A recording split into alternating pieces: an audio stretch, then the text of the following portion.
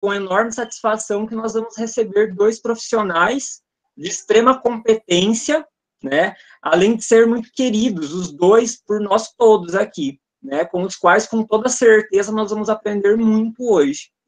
Então, hoje nós vamos ter a oportunidade de ouvir e dialogar com a professora doutora Lilian Akemicato, professora da UEM, e o professor doutor Wellington Pivetta de Oliveira, professor da Unicesumar. Eu quero reforçar mais uma vez, então, em nome da professora Eliane, da professora Gabriele e do professor Tiago, toda a nossa gratidão por aceitarem participar desse momento, tanto a professora Lilian quanto o professor Wellington. Então, mais uma vez, sejam muito bem-vindos e muito obrigado pela participação de vocês hoje, tá ok? E agora eu deixo com vocês a bola, tudo bem, gente? Aí, se vocês tiverem uma dinâmica, a professora Lilian mencionou que tem planejado uma dinâmica diferenciada, né, prof? Então, se vocês quiserem expor para nós, agora a gente vai ouvir vocês também, tá bom? Obrigado. Está bem, obrigada, Daniel. Wellington, se você já quiser ir compartilhando, enquanto você vai colocando aí a tela, é você mesmo que vai compartilhar? Então, eu já vou falando. Pessoal, nós que agradecemos, particularmente eu agradeço que o convite veio a mim no primeiro momento, né? O convite feito pela Gabriele, a Elane, mas também o Tiago, o Daniel, que estão à frente desse grupo, da organização desse evento, né? Para nós é uma honra muito grande poder conversar com vocês, dialogar com vocês, principalmente porque eu tenho acompanhado as palestras, né? Desde a primeira que vocês proferiram, e assim, convidados brilhantes, né? Falei, o que eu tô fazendo no meio desse grupo? Falei, mas sempre tem que ter, né? Um para cima e um para baixo para fazer um balanço, porque todos os convidados, todas as palestras foram belíssimas, maravilhosas, né? Agradeço as pessoas que gentilmente cederam um espaço, né, na sua agenda, os professores dos núcleos, os professores do grupo de formação, né, os professores de Foz do Iguaçu, de Francisco Beltrão, de Guarapuava, todos esses que o Daniel citou, a Gabriele também já havia citado anteriormente. Então, muito obrigada por cederem esse momento, para virem nos ouvir, para compartilhar, mas principalmente para nos ensinar também, porque esses momentos são os momentos assim mais propícios para a gente compartilhar experiências, né, experiências de sala de aula, experiências de pesquisa, mas principalmente experiências de vida, porque todos nós, com certeza, nesse momento de pandemia, né, se tem uma coisa que a gente está aprendendo nesse dia a dia, são experiências de vida, são novas formas de ensinar e novas formas de aprender.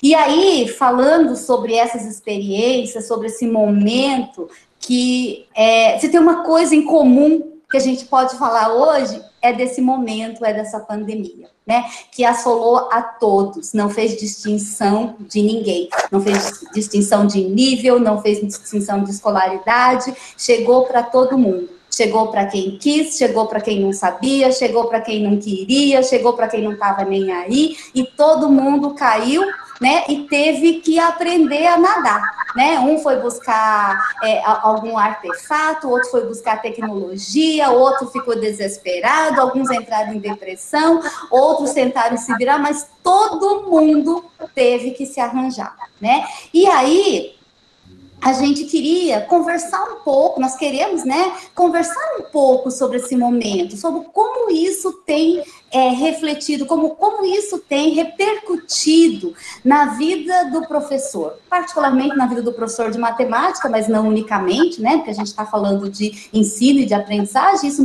não se restringe unicamente à matemática, principalmente quando a gente fala de modelagem matemática, né, que ela envolve várias perspectivas, que não unicamente o conteúdo de matemática, né? Então, a partir dessas experiências, a partir desses depoimentos de vocês, nós pensamos em preparar essa palestra, tentando dialogar com algumas coisas que a gente já tinha detectado nas nossas pesquisas. E aí eu não podia deixar de estender esse convite para o Wellington, e nesse sentido eu agradeço primeiramente ao Wellington por ter aceito, e segundamente ao grupo, a Gabriele, Tiago, Elane, que quando eu fiz a proposta, né, falei, será que eu posso fazer uma palestra conjunta, porque eu queria trazer os dados do Wellington, e não seria justo eu falar dos dados da pesquisa do Wellington, ainda que tenha sido sobre a minha orientação, né, sem trazer ele para contar sobre esses dados, né, porque ele foi quem captou esses dados, ele foi quem coletou esses dados, e os dados dele, assim, dialogam de maneira muito coerente com muitas das situações que a gente tem vivenciado nesse momento, e eu tenho certeza que muitas que nós não prevemos na nossa fala, mas que com certeza vocês vão trazer para a gente. Por isso, a participação de vocês, né, nessa fala, nesse nosso diálogo, é muito importante. Então, desde já, agradeço a todos por aceitarem esse convite nosso de participar desse diálogo, tá? Então, com isso, né, nós atribuímos esse título, que reflete bem o que a gente quer conversar, que são as aulas de matemática durante a pandemia e a modelagem nesse contexto. Né? Como é que a modelagem aparece nesse contexto de pandemia? De que forma que ela subsidia professores, as aulas, a escola e os alunos? Tá? Bem, se puder mudar, Wellington, agradeço. Bem, gente, então, eu gostaria de agradecer, né, a esse grupo de formação continuada de professores em modelagem matemática na educação matemática, como o Daniel muito bem apresentou, que são um dos principais grupos, que são os atores, né, desse evento, que tem participado desde o início e participado muito ativamente, né, que tem aprendido, mas também tem contribuído nesse processo de formação. Isso é muito importante porque nós vamos falar de formação. Tá? De formação de professores. O trabalho do Wellington foi feito na formação inicial, mas os dados podem ser dialogados também na formação continuada, né? E aí, falar com esse grupo para nós é muito importante, porque nós também temos um grupo de estudos em modelagem na educação matemática aqui em Maringá, do qual o Wellington faz parte, além de outros, né? E que a formação de professores em modelagem também é um dos focos de investigação do nosso grupo.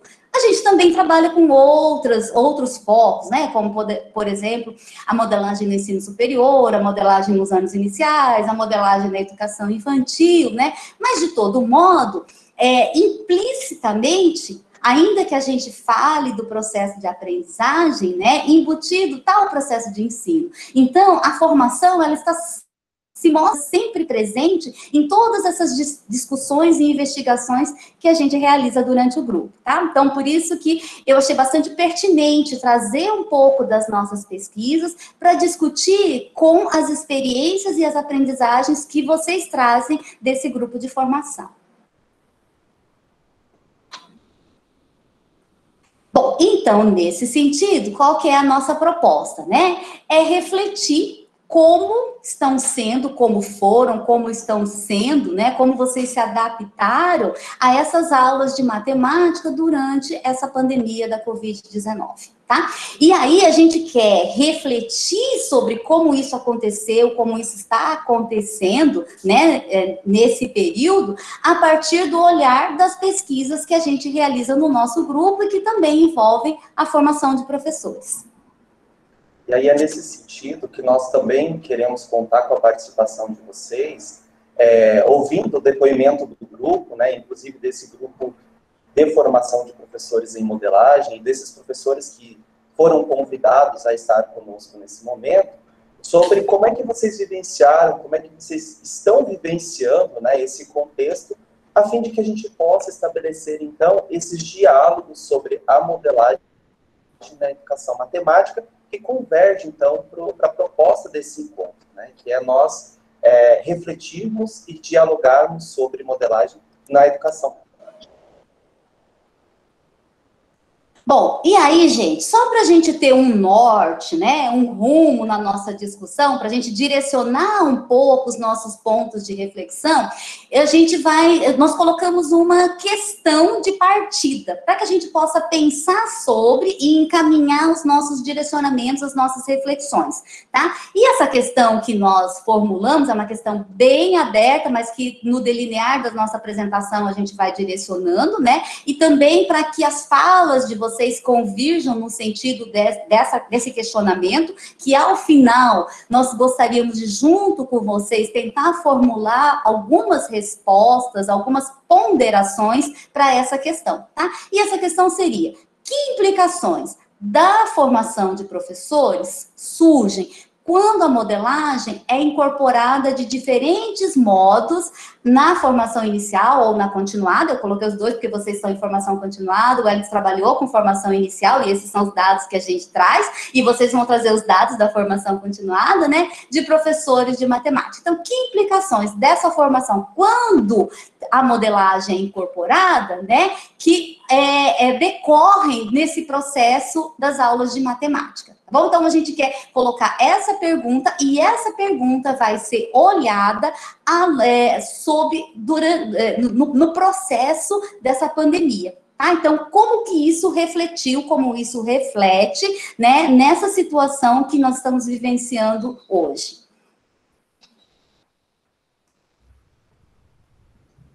E aí, é importante a gente citar que essa pergunta ela não surgiu do nada, né?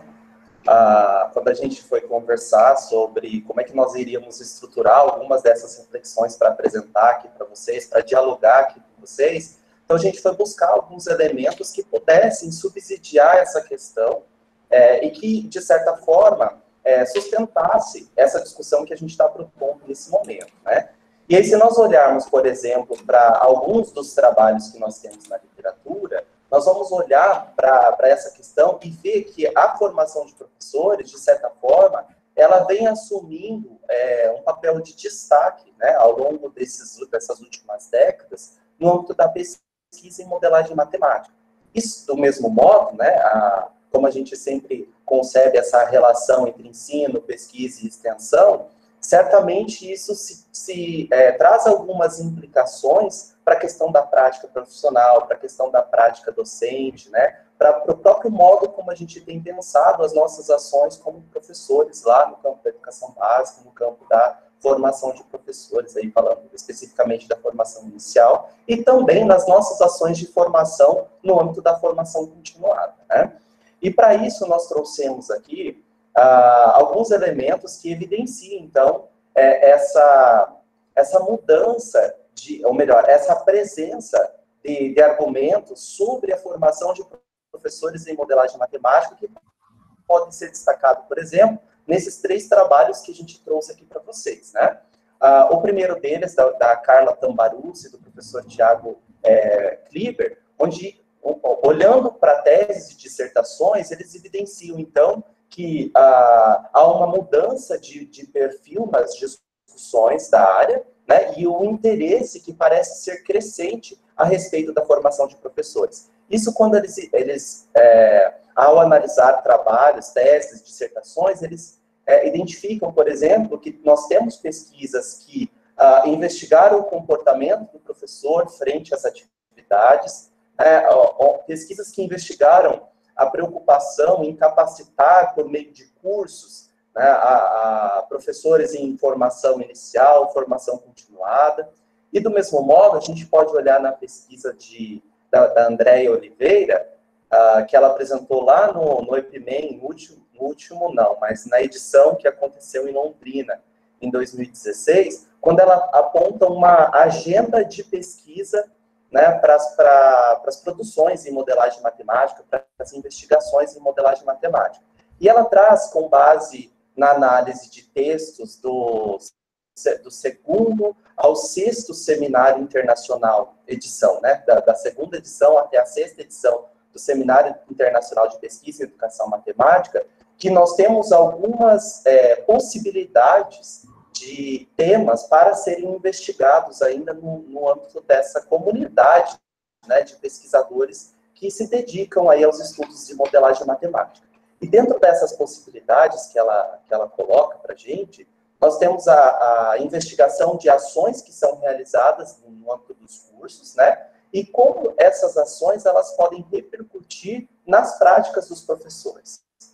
E um exemplo que ela traz para a gente é que, por exemplo, as pesquisas, né? Uma das pesquisas, elas se dedicaram a investigar como que a experiência no estágio subsidia a constituição de um ambiente reflexivo, né? Falando aí do aspecto formativo.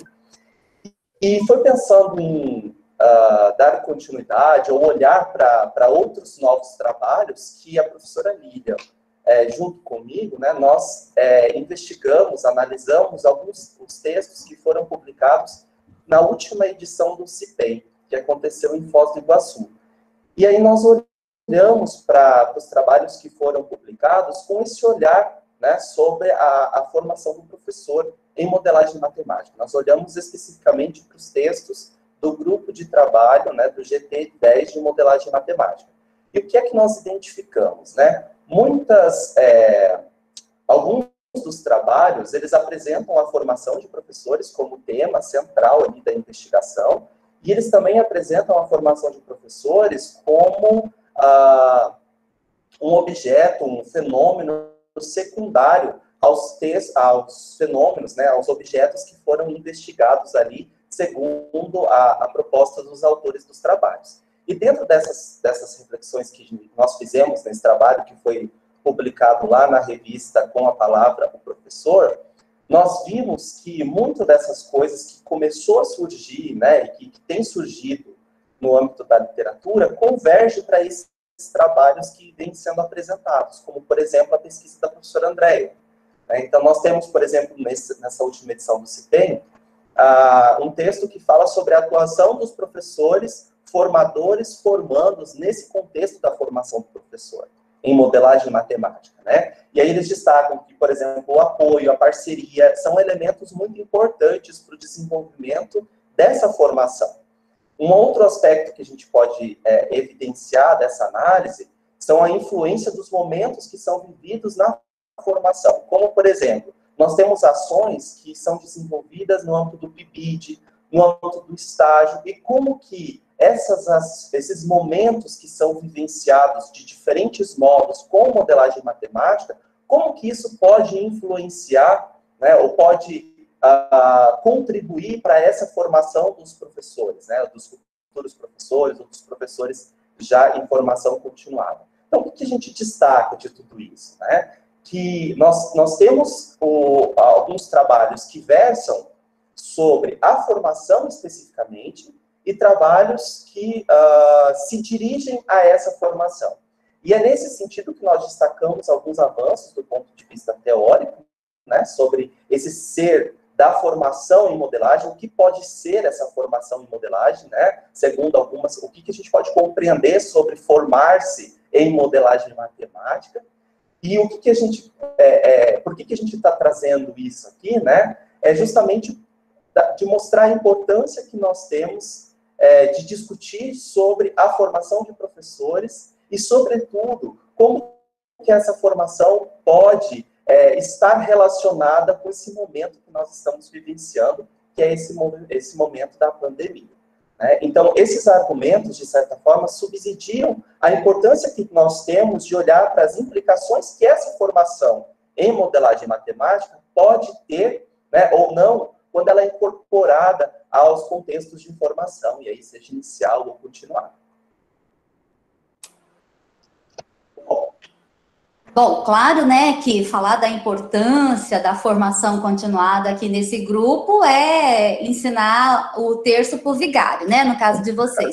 Mas eu ainda insisti em fazer isso, sabe?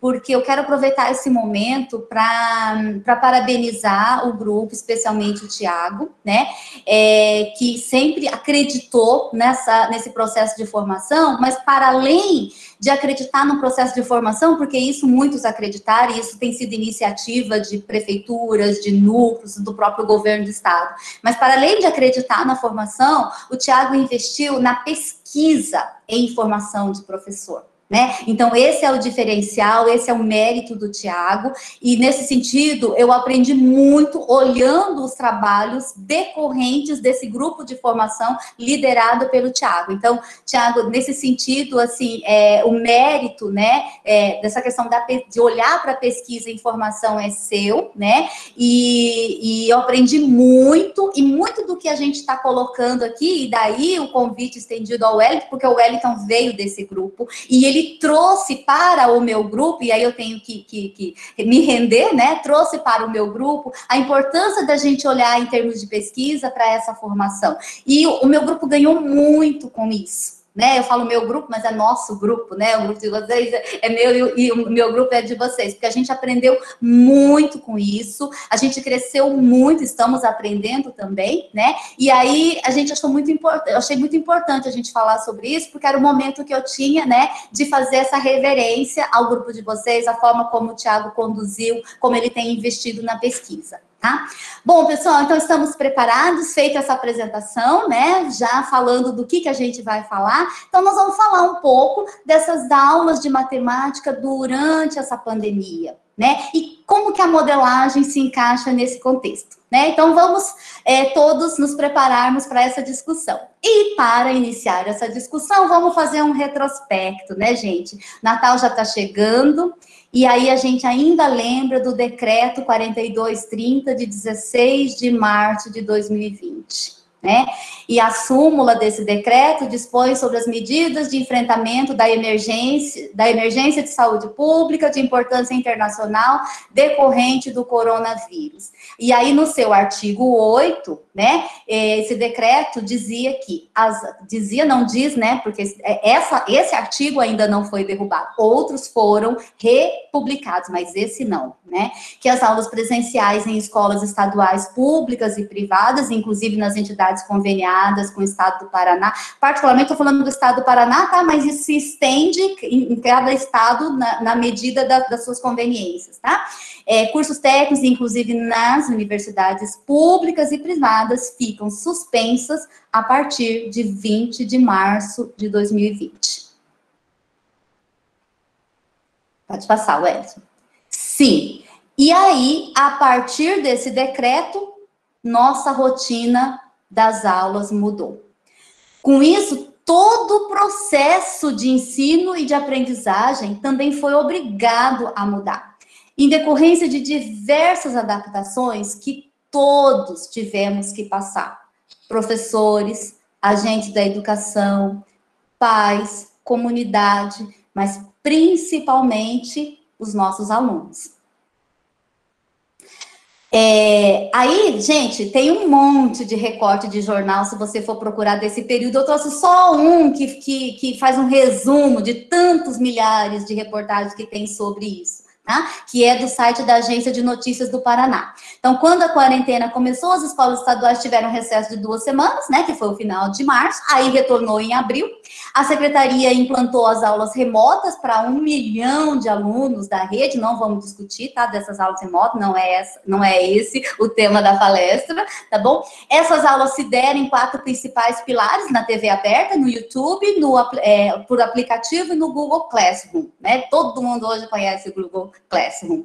Tudo oferecido de forma gratuita aos alunos. Entre críticas e elogios, rede pública tenta ajustar essa distribuição de aulas online no Paraná, né? Um monte de crítica, um monte de elogios, pessoas se adaptando, né? Gente buscando celular, gente emprestando celular, gente buscando internet, internet gratuita para todos, mas não era bem para todos, não era todos os canais que funcionavam, mas enfim, Wellington, se puder passar.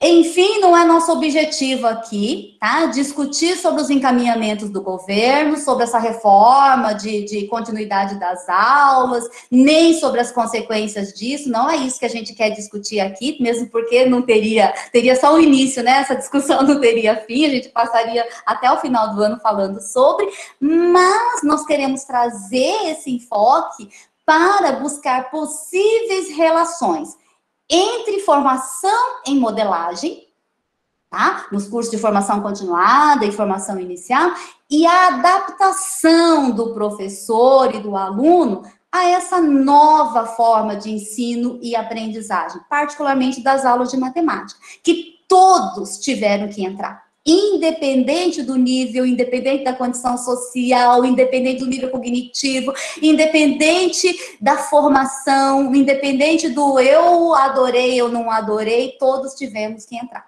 Tá? Então, para buscar essas possíveis relações, como é que nós vamos mediar esse nosso diálogo, tá? Então, eu vou trazer algumas reportagens, algumas que eu selecionei, né, na internet mesmo, trago a fonte aqui, eu acho que são pessoas reais, tá, gente? Não fui checar, não, mas é reportagem onde tem os dados, os nomes, né, das pessoas, tá?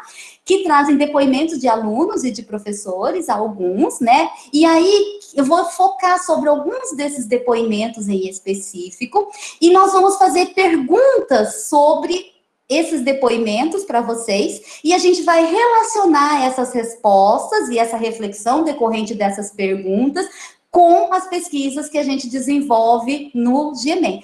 Particularmente, hoje a pesquisa que eu trago é a pesquisa, uma parte dos dados da pesquisa do Wellington, e aí o Thiago também ajudou, né, na defesa do Wellington, então ele sabe dizer, vai poder colaborar também, tá? E aí eu vou pedir para o Wellington falar um pouquinho, pelo menos dessa parte da pesquisa dele, só para situar vocês como que a gente vai fazer essa relação, tá bom? Gente, a gente vai tentar fazer isso, né, Lívia? Isso, é tentar, gente.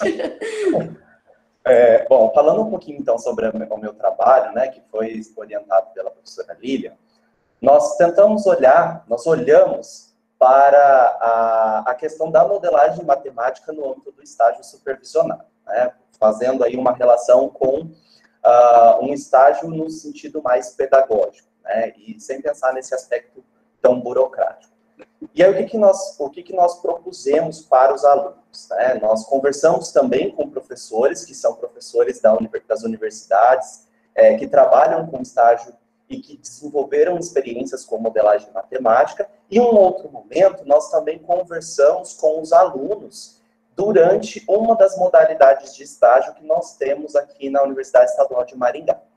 Bom, o estágio aqui, ele tem dois momentos, né? Um momento que a gente pode atribuir como um estágio convencional e um segundo momento é o estágio não convencional. Como que funciona isso? O estágio convencional é aquele estágio que a gente já conhece, né? Onde o aluno vai lá na escola com o professor, né? Desenvolve as suas experiências e tudo mais. O estágio não convencional, o aluno ele tem a opção de escolher qual é o tipo de atividade que ele quer desenvolver dentro de uma carga horária que é estabelecida lá pelo curso. E aí, o que nós fizemos? Como os alunos eles tinham essa liberdade de escolha para desenvolver do modo como eles quisessem, né, o estágio, nós propusemos para eles a seguinte proposta, né? Propusemos a proposta de que eles fizessem um estágio fundamentado em modelagem matemática. E aí, esse estágio não convencional, então, nós tivemos, acho que 18 alunos que iniciaram participando conosco, e nós organizamos um estudo piloto, né, que antecedeu todo o desenvolvimento da pesquisa, e depois, num outro momento, os alunos aceitaram participar conosco, inclusive, nesse segundo momento, nós tínhamos alunos que já haviam feito esse estágio conosco no estudo piloto, né? Então já era uma segunda oportunidade para discutir sobre modelagem no âmbito do estágio. E aí nós planejamos as nossas ações, né, pautadas aí em atividades, né, no âmbito ali da disciplina de estágio, né, no âmbito da universidade. Nós desenvolvemos encontros, orientamos eles no desenvolvimento de atividades e também os alunos foram lá para o contexto da educação básica, onde eles tiveram a oportunidade de trabalhar com atividades de modelagem matemática. E todas essas experiências, nós refletíamos sobre elas no âmbito dos nossos encontros, né, que nós fazíamos ali dentro da universidade. Então, as nossas discussões, elas eram sempre a respeito da modelagem, né, a respeito da prática do professor, né, das dificuldades que a gente tinha com a modelagem, todos esses elementos que, de certa forma, dialogam com, ou convergem, né, para quando a gente vai empreender uma prática de modelagem matemática pela primeira vez, ou em alguns momentos, né, pela segunda, terceira, quarta vez. Então, a gente tinha uma série de... nós tivemos, né, uma série de argumentos favoráveis, contra, né, de dificuldade, ou que eram a favor da inserção de práticas de modelagem. Mas nós não vamos entrar nesses elementos aí, nesses argumentos. Bom, então, é um pouco dos dados que nós produzimos, né, no decorrer dessas experiências, desses movimentos que aconteceram, que nós vamos trazer uma parte muito pequena do que nós temos de dados para dialogar, né, e para tentar estabelecer essas relações que a professora Lilian disse, sobre que implicações que essa formação, né, implicações dessa formação que nós temos aí, quando a modelagem ela é incorporada nesses contextos formativos, né? E para isso, então, nós vamos utilizar alguns desses elementos que nós temos aqui. Perfeito. Bom, gente, então essa é a dinâmica, tá? Então a gente vai trazer alguns depoimentos, aí a gente vai relacionar esses depoimentos com parte dos dados da tese do Wellington, que versam sobre a modelagem, né, no contexto do estágio, em que os alunos em formação inicial trabalharam com atividades de modelagem, seja no curso, seja depois ministrando lá com os alunos, e aí a gente vai fazer essa discussão, tá? E aí, eu escolhi um depoimento, né, de um aluno do primeiro ano do ensino médio, o nome dele é Lucas Reis, eu acho que esse nome é real, tá, gente? É o que estava na reportagem, tá aqui o link. Ele é aluno do Colégio Estadual Líria Miqueleto, Michele, lá em Fazenda Rio Grande, na região metropolitana de Curitiba, tá? E num dos trechos da entrevista, ele fala assim, não é como uma aula presencial, quer dizer, a aula remota, né? Que o professor explica quantas vezes for preciso. Infelizmente, não dá para copiar os slides ou o que está escrito no quadro de algumas aulas, porque a visualização está bem ruim. Às vezes ele está usando o celular e às vezes até pelo computador também ficou ruim. Gente, então aqui está um depoimento de um aluno, mas ele reflete depoimento, eu acho que de uma comunidade inteira que, em alguma medida, fez reclamações similares a essa, né? Cadê o professor para explicar quando eu pergunto quantas vezes eu preciso, né? Eu preciso copiar do quadro, certo? Muito bem. Então, pode passar, Wellington. A partir desse depoimento, né? Olha só, o professor explica quantas vezes for preciso. Infelizmente, não dá para copiar os slides. Ou passa muito rápido, ou a visualização está ruim, né? Então, olha como essa fala reflete, mostra uma dependência do aluno em relação ao professor e em relação ao conteúdo. Ele precisa copiar o conteúdo do quadro e na aula remota não dá para copiar porque não dá para enxergar, né? Ele precisa do professor explicando quantas vezes para ele for preciso, né? E aí, uma pergunta que a gente faz é, de onde que vem essa dependência do aluno em relação ao professor? Isso é uma cultura? Somos nós que cultuamos isso nos alunos? Ou eles já nascem assim? Será que é a escola que produz essa dependência do aluno em relação ao professor? Então, só para a gente pensar uns minutinhos, né? Por que essa dependência? Isso é salutar? Isso é bom? Em que medida isso é bom bom no sentido, tá, da formação cidadã, da formação de um profissional, né, que a gente espera para essa nova sociedade, né? Então, de onde vem essa dependência? Por que essa dependência? E aí, para falar um pouco dessa dependência do aluno, o Wellington vai trazer recortes, né, dos dados dele da tese, quando ele trabalhou com alunos em formação inicial, no curso de modelagem no estágio, aonde eles falam um pouco dessa dependência. Aí eu queria que vocês olhassem o depoimento dos professores em formação inicial, para depois a gente também ouvir um pouco sobre vocês em relação a essa dependência, relacionando com a fala desse aluno Lucas, tá bom?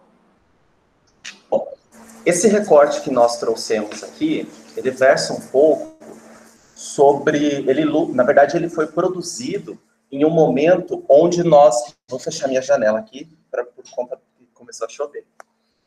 Ele versa um pouco, né, das discussões que aconteceram quando nós estávamos refletindo sobre o desenvolvimento de atividades dentro lá da universidade, né? A Andréia, a Renata, elas já tinham vivenciado um processo anterior, né, de modelagem matemática no estágio, e aqui nós estávamos refletindo, então, sobre essa experiência com a modelagem nesse estágio. Elas já tinham desenvolvido práticas com modelagem matemática e elas estavam ali num segundo momento conosco, né, na formação inicial, para que elas pudessem, então, experienciar novamente outras atividades, né, e vislumbrando aí esse processo formativo. Então, veja, essa questão da dependência, do qual parece que surge, né, dessa fala do aluno, Lucas, a gente pode refletir acerca dela a partir dessa passagem aqui de diálogos, né, da Andréia com a Renata. Então, por exemplo, a Andréia diz assim, outra coisa que a gente também comentou com o Wellington, a gente fez uma pergunta e vocês abriram um leque de respostas. Isso significa o quê? Quando eles estavam ali, no momento de formação em modelagem matemática, eles já sabiam, né, os colegas estagiários, eles já conheciam um pouco sobre modelagem matemática. Então, eles já sabiam quais eram como é que eles poderiam desenvolver, realizar aquela atividade, né? Aí ela continua. Lá, no contexto da educação básica, a gente teve que fazer muitas perguntas, porque eles esperavam tudo da gente, literalmente. O que fazer agora? E agora?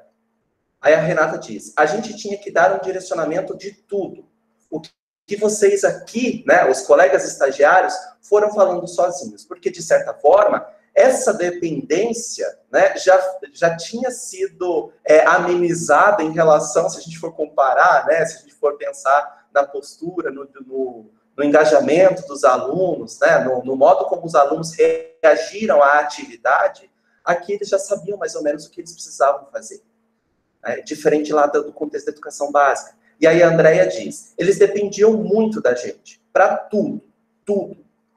E aí eu pergunto para elas, e o que isso mostra para vocês? E aí a Renata vem e complementa, que eles são muito dependentes da gente. Eu acho que a gente acaba tornando eles dependentes de nós, sabe? No modo como a gente ensina. Então, quando a Lilian diz, né, de onde que vem essa dependência do aluno em relação ao professor? Essa aqui é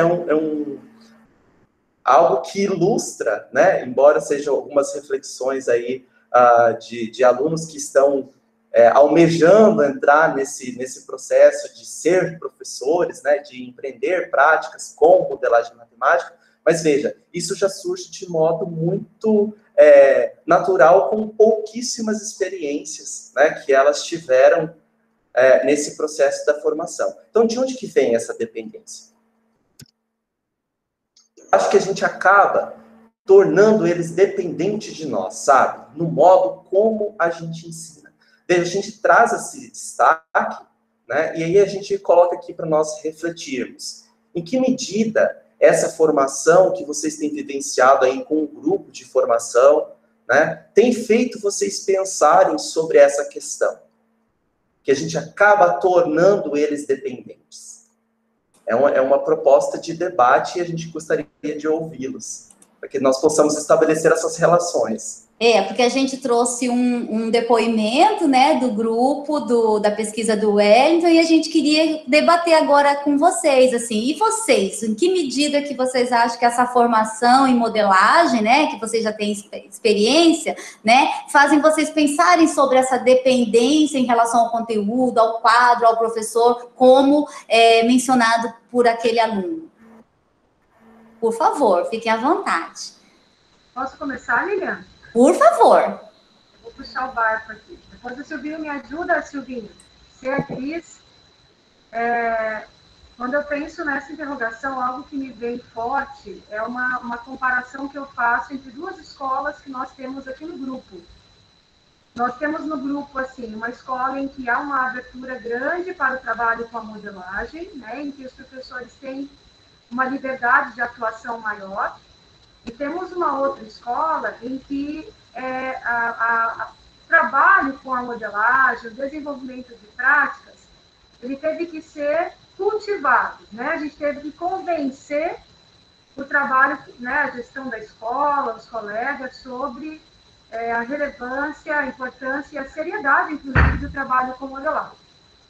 E nós temos um hábito aqui no grupo, Lília, que é desenvolver atividades de modelagem juntos. Então, já aconteceu muitas vezes de nós irmos em 5 professores desenvolvermos uma atividade de modelagem numa sala. Então, o Núcleo Regional de Educação já conhece, né, o trabalho do grupo, e nós nos combinamos e no período de hora de atividade a gente se desloca de uma escola a outra para trabalhar com os colegas. E numa das atividades que nós desenvolvemos, estávamos eu, a Cris, lembra, Cris? Sim. E o Silvio. E um comentário que eu e a Cris fizemos nesse desenvolvimento dessa atividade é o seguinte, que a gente percebia nos alunos da escola do Silvio, que é uma escola mais aberta ao trabalho com a modelagem, que eles tinham muito mais jogo de cintura durante o desenvolvimento da atividade do que na escola em que nós atuávamos até então. Porque os nossos alunos, eles não tinham tantas oportunidades de desenvolvimento de práticas de modelagem. Então, a gente percebe que os alunos do Silvio, eles já eram alunos que levantavam questionamentos, eles tinham muitas dúvidas quando a gente fala nos conteúdos matemáticos, né, Silvio?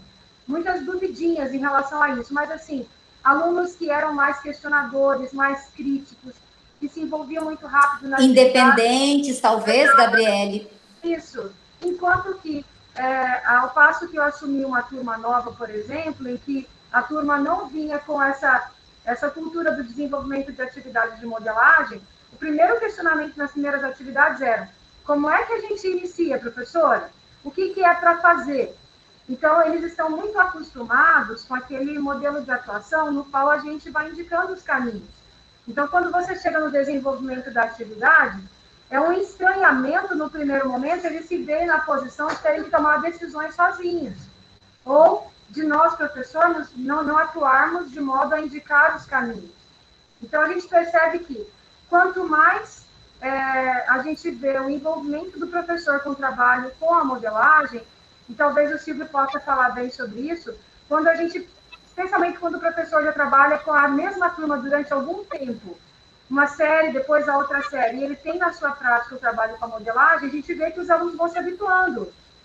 Então, eles vão ficando mais independentes, porque eles estão acostumados com aquele ritmo de trabalho ao se trabalhar com modelagem.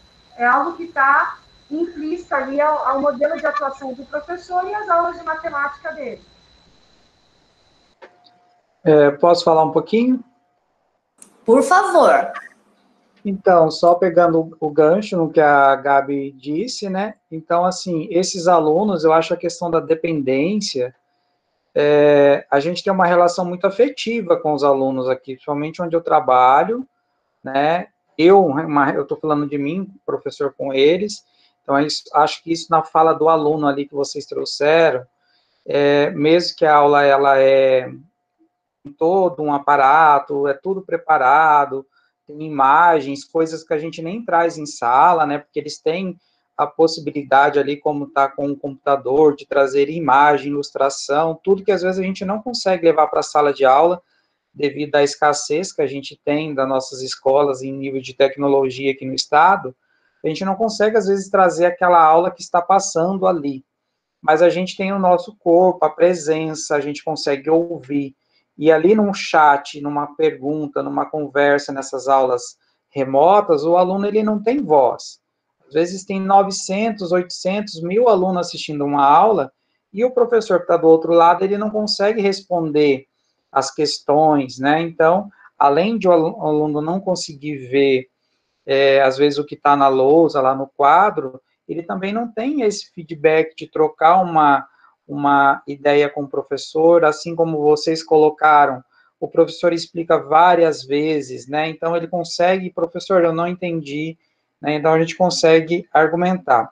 Em questões de modelagem, né, a gente tenta trazer essas questões para os alunos, onde eles se tornam mais ativos no processo, mais um protagonista ali, tudo, né? Para mim, falando agora como experiência, talvez vocês chegam nesse aspecto, foi um pouco mais difícil trabalhar agora, à distância, né, com as atividades de modelagem. Esses dias eu conversei com a Gi, né, Gi?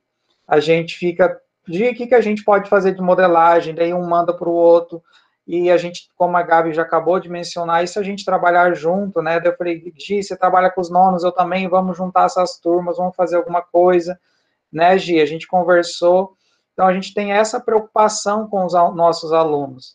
Eu acho que isso que envolve essa questão deles estarem dependentes da gente, mas a gente também é muito dependente deles. Aquilo que você colocou no começo, que as pessoas estão deprimidas e etc., a gente sente falta, né?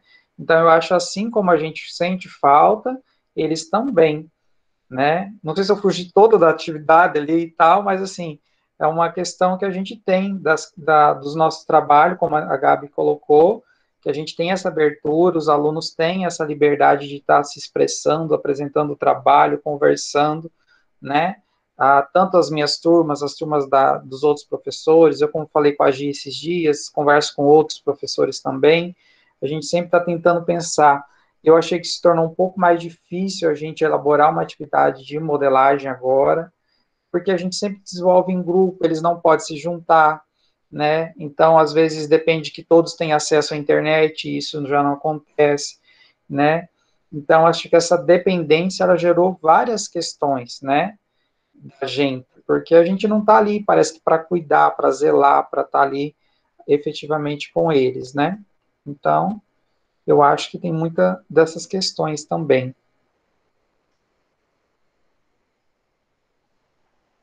É isso.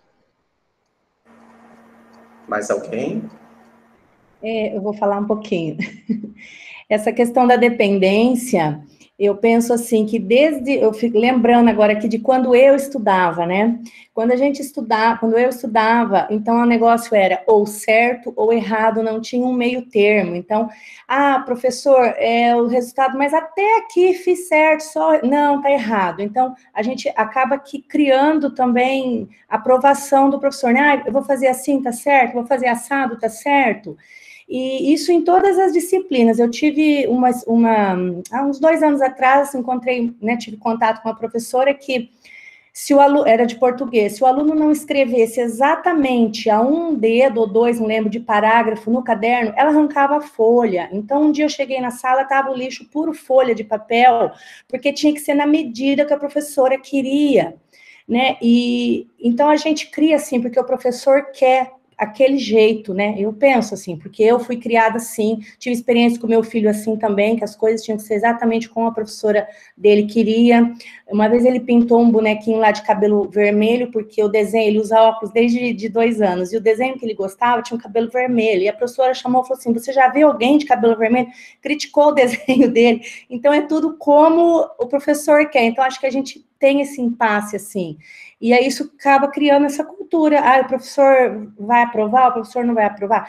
Tanto é que quando a gente faz as provas, né, eu não tenho mais o hábito de fazer leitura com eles antes, porque a gente acaba induzindo mas eles querem. Não vai ler a prova, não vai explicar, não vai ler a atividade, não vai explicar. De modelagem também, quando a gente começa, né, até teve uma que a Gabi e a Cris foram lá na escola fazer comigo, e juntaram, e eles sugam muito a gente, porque eles querem que você fale como é para começar a fazer. E se eles começam, eles não têm confiança entre eles, e eles falam assim, tá certo, chama a professora, eu acho que você não fez certo. E quando eles vão apresentar também o trabalho, que a gente costuma fazer com que os grupos apresentem os resultados, eles também morrem de medo de falar um resultado errado. Então, eu digo assim, não tem problema, você vai ali, a gente vai conversar se tá errado, vamos ver. Eu até brinco assim, eu gosto tanto quando vocês erram, porque eu acho que a gente aprende tanto com o erro, né? Aí você vai ver por que errou, onde errou, mas eles têm essa dependência. Agora, também, não sei se a gente também tem o jeito dependente de ensinar, né? Acho que acaba criando um vício aí. É isso. Que delícia ouvir você, Gislaine, porque a gente vê esses depoimentos, assim, em vários lugares, né? Então, o que você fala, o que a Gabi contou, o que o Silvio falou, é um resumo, assim, de vários depoimentos que a gente já viu, né? E aí, a Gabi falando, né, da turma da escola do professor Silvio, da turma do professor Silvio, né, que é uma turma já mais acostumada com atividades de modelagem, como esses alunos são diferentes. Então, aqui em Maringá, nós também temos um dos exemplos, né, até o professor não está aqui hoje, mas ele já participou várias vezes, o professor Ademir, acho que vocês conhecem, né, e ele tem uma turma no ensino médio, os nossos estagiários, quando eles vão trabalhar na turma do Ademir, eles falam, nossa, mas a turma do Ademir é diferenciada, os alunos já sabem, né, já como se portar, já sabem como agir. Então, como é diferente quando uma turma já está habituada ao ritmo, ao procedimento da modelagem matemática, né? Que é isso exatamente que os dados da pesquisa do Wellington trouxe. Então, mais alguém gostaria de falar? Posso falar? Por favor. Então, assim, a modelagem matemática, eu trabalho com educação especial, né? Com sala de recursos, e tenho oportunidades também de trabalhar com uma escola especial, que é a PAI, né? Esse ano eu estava bem animada, a Elaine sabe, para trabalhar com, que eu tenha, no caso, a disciplina de matemática, com esses alunos especiais, é uma turminha de ensino fundamental, e o meu objetivo estava em trabalhar com propostas de modelagem, né, trazendo essa contextualização, até levei alguns dados para discussão, para como que a gente poderia estar trabalhando a questão de noção de dúzia, e que eles pudessem trazer isso, né, para a modelagem. Mas com o ensino online, ficou muito difícil fazer essa concretização, né?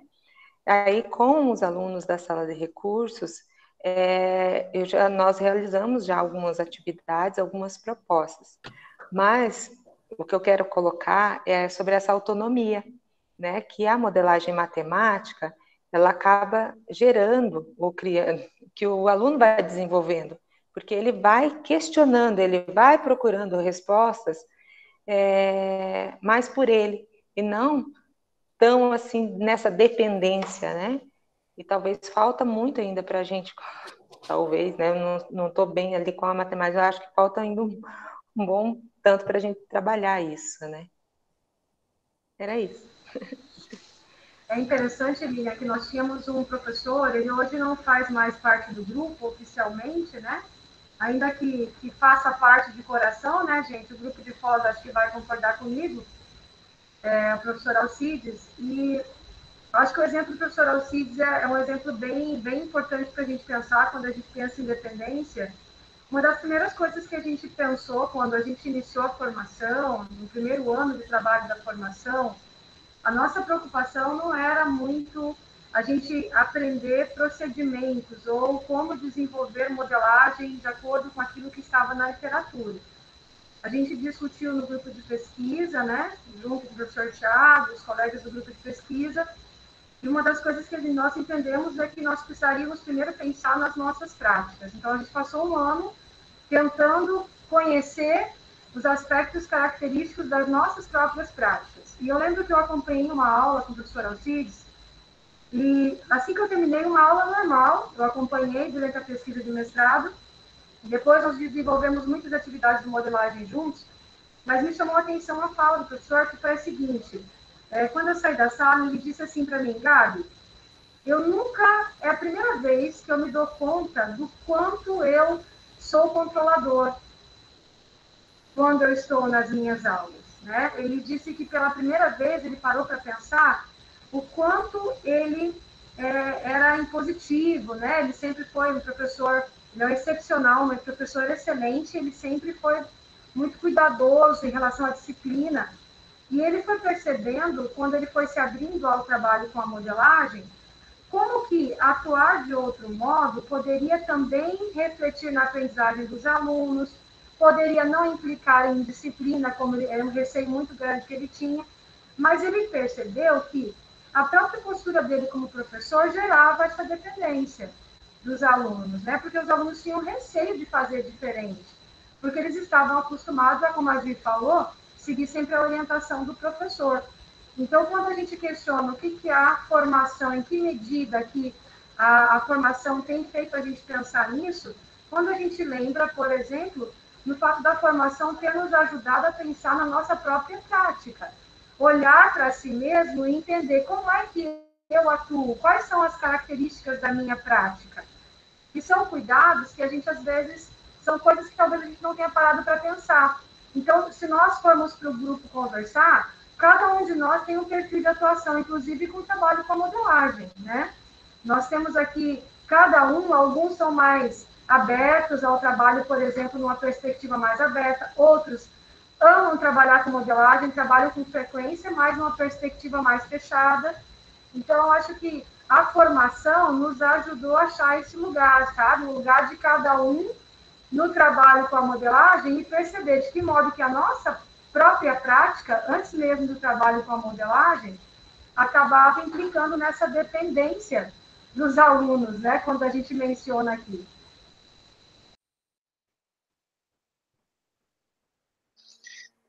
Que interessante, né? Se a gente for olhar... Posso? Por favor. É que ouvindo vocês, existem questões que são mais amplas, né? Que é, por exemplo, acreditar nos aspectos da autonomia do aluno, acreditar na capacidade que ele tenha de fazer por si algumas questões. Não é fazer sozinho, né? É fazer por si o que lhe é possível, né? Mas isso é cultural porque é assim, nós mais ou menos vivemos num momento histórico em que as regras de adultos são impostas a crianças e as regras de crianças estão valendo para os adultos. Então, assim, é uma avaliação minha, né? E isso passa na escola, né? E isso torna um pouco difícil, e não estou falando do professor, porque o professor, ele luta todos os dias, né, para enfrentar todas as situações. É uma questão cultural que é bastante ampla, né? Então, você tem dificuldade, muitas vezes, você veja, você quer impor uma regra a uma criança, como a Gislaine relatou, que ainda não lhe cabe, né? Mas a gente acaba relativizando algumas questões, por exemplo, no mundo acadêmico, lá no ensino superior, quer dizer, é quase uma inversão da cultura necessária. O sujeito chega lá no ensino superior, muitas vezes, e a gente que atua vê isso, né? Tão dependente, quando, na verdade, agora ele deveria também assumir as consequências da vida adulta mesmo, né? A responsabilidade que tem, etc. Então, é delicado, né? Isso é um estudo sociológico que precisa, assim, de um enfrentamento grande aí, mas é um desafio não da modelagem só, né? Mas da educação matemática, porque pensar o modo como uma pessoa vai desenvolver autonomia é muito das crenças que as pessoas têm. Por isso que a Gabi diz que a primeira coisa que a gente fez na formação foi entender a si mesmo, porque não tem um modo de assumir qualquer prática diferente daquela que eu faço se eu não me compreendo, né? Então, acho que essa foi uma sacada, assim, que a gente teve enquanto grupo, né? De deixar o professor fazer um esforço, de não ouvir de alguém de fora dizendo que ele está certo ou errado, porque a gente não pode dizer isso. O que a gente pode é dialogar, né? E o professor, ao dialogar com os pares, e dialogar consigo mesmo, consegue se compreender e ver até onde são seus limites, o que ele dá conta de fazer daquilo, e o que ele não dá conta de fazer, pelo menos naquele momento, né? Então, e a pandemia, ela traz isso. Por exemplo, alguém me perguntou sobre... eu não estou atuando com a disciplina de modelagem, porque a gente teve o calendário suspenso. Mas provavelmente, eu vou começar agora, daqui a alguns dias. E eu não vejo muito problema. Assim, pode ser uma expectativa equivocada. Mas como a modelagem, a gente compartilha as responsabilidades, ou busca estabelecer isso, o espaço digital, e claro, diferente da escola básica, né, como o Silvio disse, são muitos alunos, não dá para dialogar aqui no ensino superior, a gente vai continuar dialogando, né?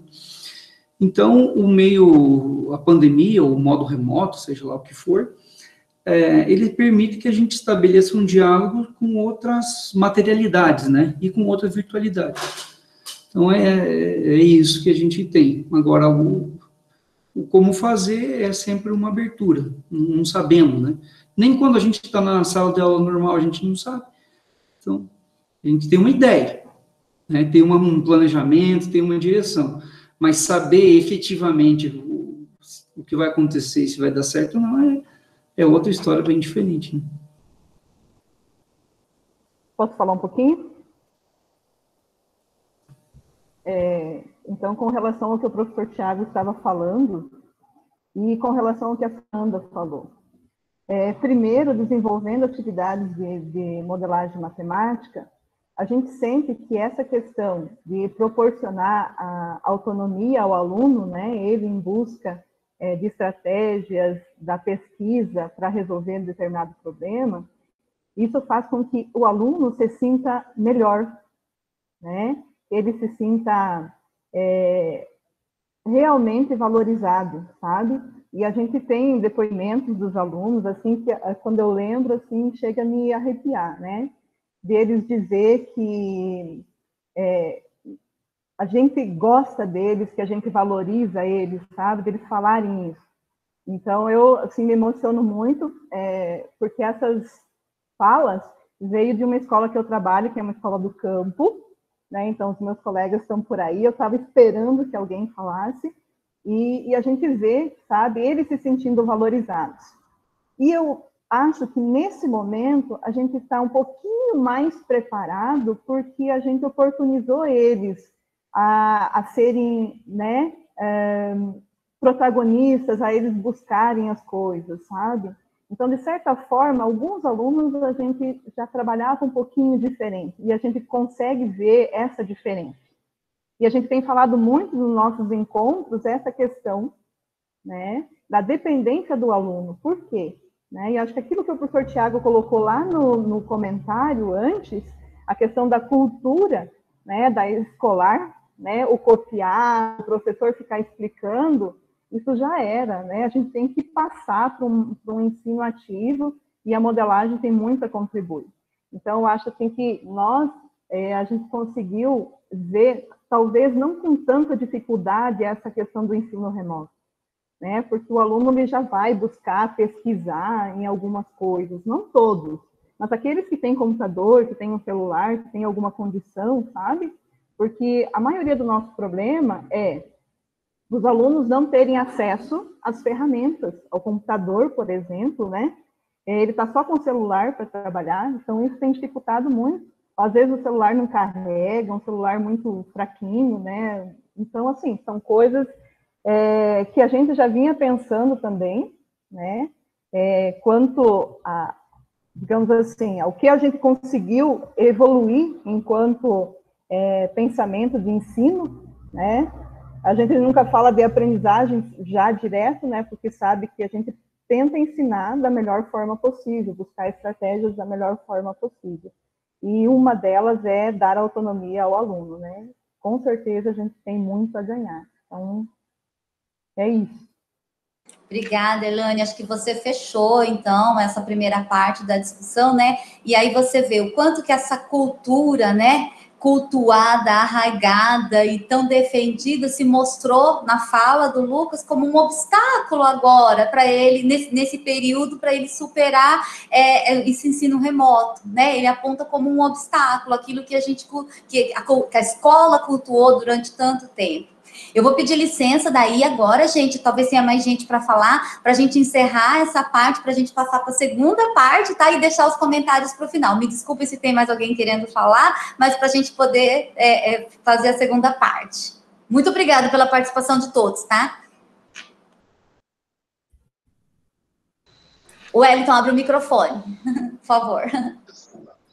Essa questão de pensar, então, como que a formação tem feito a gente pensar sobre essa questão, né, sobre essa questão da dependência, está ser evidenciado, por exemplo, né, a gente pode identificar, refletir sobre isso nesse outro depoimento aqui, né, que elas continuam a discutir sobre essa questão da modelagem matemática, dessa questão de dependência, né?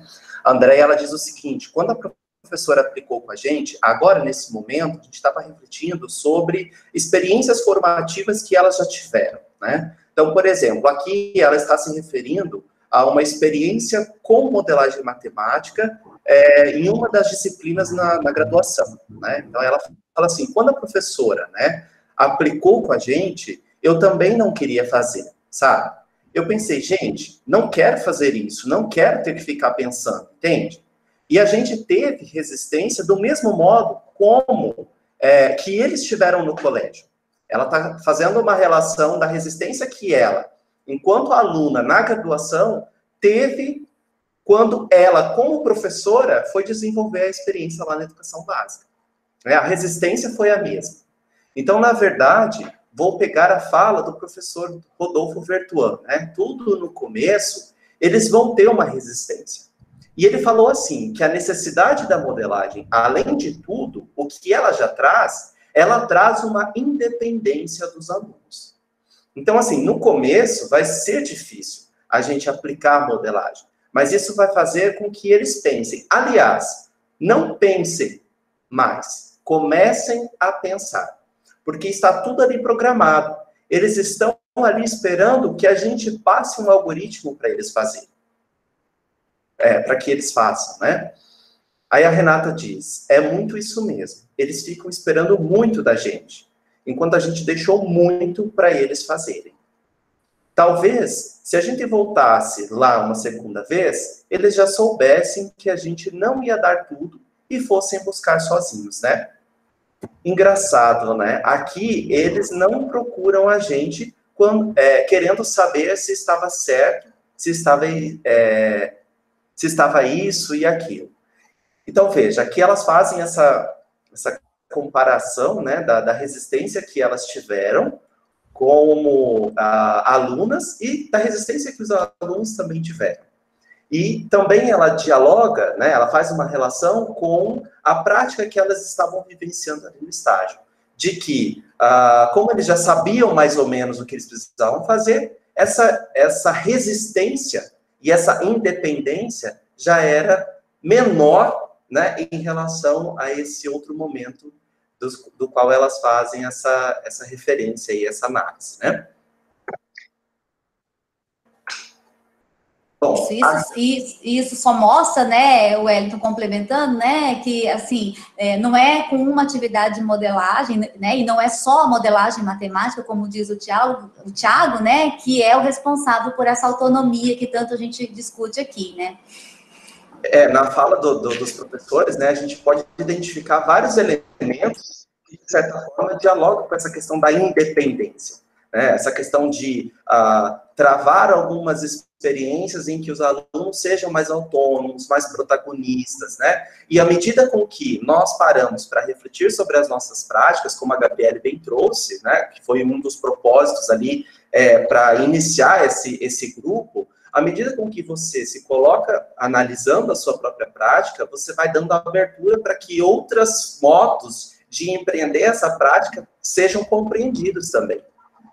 Então, esse momento de refletir sobre essas experiências, essa relação de dependência, independência, protagonismo, não, tudo isso, de certa forma, perpassa esses momentos de formação que a gente vem tendo, né, e que certamente o grupo vem desenvolvendo. Sim, bom, agora vamos falar, né, várias críticas de professores, tá? Se você procurar na internet tem um monte, e aí eu trouxe aqui apenas duas que eu selecionei lá a dedo, tá? Uma delas é da professora de História, a professora Elisa, da Rede Estadual do Paraná, está no ensino público desde 92, e ela diz: nunca na vida quis trabalhar com EAD. E olha que a gente nem está trabalhando com EAD, né? Falar ensino remoto com EAD é outro nível, né? E agora eu tô metida nessa encrenca. Gente, quantas vezes nós ouvimos isso? Oh, meu Deus, eu nunca pensei que eu ia ter que passar por isso, né? E agora, olha só, caiu de paraquedas para todo mundo, servindo ou não servindo. E a professora Cíntia, né, ela relata que apesar da qualidade dos materiais, ela diz que o material tem qualidade, que tem acesso bom, acesso fácil, né, a dificuldade é a falta do contato com o aluno, como vocês já frisaram aqui, a falta da rotina, né. Bom, claro que não tem um exemplo de educação ideal em meio à pandemia, ela afirma, porque a gente nunca tinha vivido isso, ninguém nunca viveu isso. Então, tudo que a gente está fazendo agora é inédito, nunca foi vivenciado, nunca foi experienciado, né?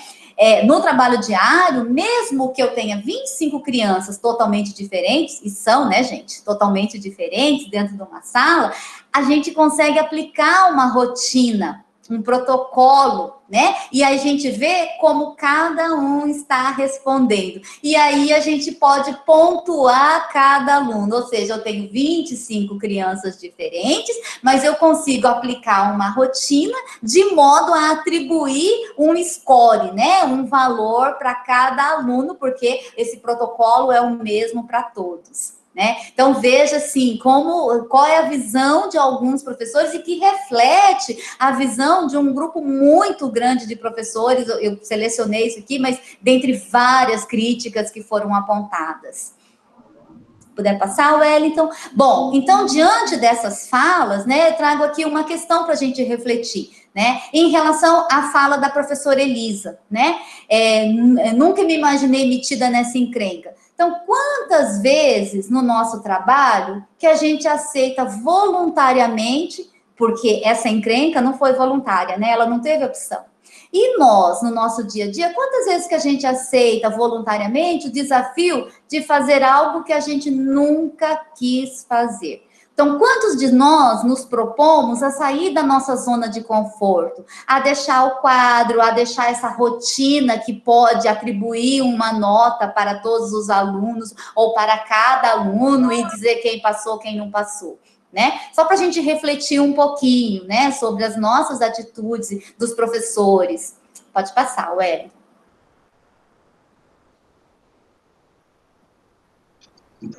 Essa fala da professora Elisa, nunca na vida pensou que um dia teria que fazer algo tão diferente, né? E quanto de nós nos identificamos com essa fala da professora, né? Que nunca na vida pensou que teria que fazer algo do tipo.